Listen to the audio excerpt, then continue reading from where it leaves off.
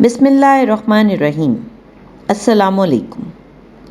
آج ہم تعلم میں معاشیات کا کردار یعنی role of economy in learning پر گفتگو کریں گے۔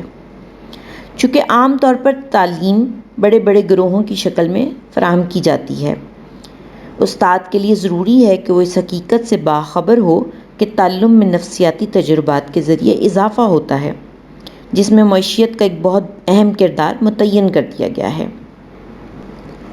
تعلیمی صورتحال زندگی کے جس قدر قریب ہوگی اتنی ہی زیادہ مؤثر ہوگی۔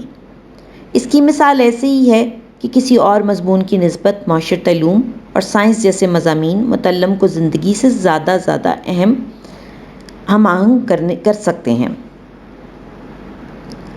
نئے اصولوں پر عبور حاصل کرنے کے لیے مشق اور دہرائی کا عمل زیادہ مؤثر ثابت ہوگا۔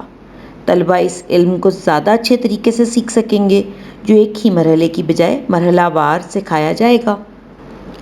طالب علم نے جو سبق یاد کیا ہوگا، اگر اسے اس کے سنانے کے دوران اس کی شعوری طور پر زیادہ حوصلہ افزائی کی جائے تو بہتر نتیجہ سامنے آئے گا۔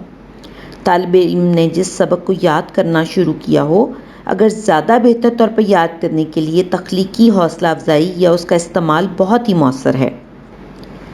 انتقال تعلم یعنی ٹرانسفر آف ٹریننگ، انتقال تعلم و تربیت کے تصور کے حوالے سے ماہرین نفسیات میں بہت کم اتفاق پایا جاتا ہے۔ تجربات کے ذریعے ظاہر ہوتا ہے کہ انتقال تعلم بہت زیادہ تیزی سے رونما نہیں ہوتا، لیکن اس ضمن میں اختلاف ضرور موجود ہے کہ یہ عمل مخصوص حالات کے تحت ہی رونما ہوتا ہے۔ نصابی عمل کے دوران استاد کو شعوری کوشش کرنی چاہیے کہ وہ اس قسم کی تبدیلی رونما ہو، طلبہ ان اصولوں سے آگاہ ہو جائیں اور وہ دونوں قسم کی صورتحال سے ہم آہنگ ہوں۔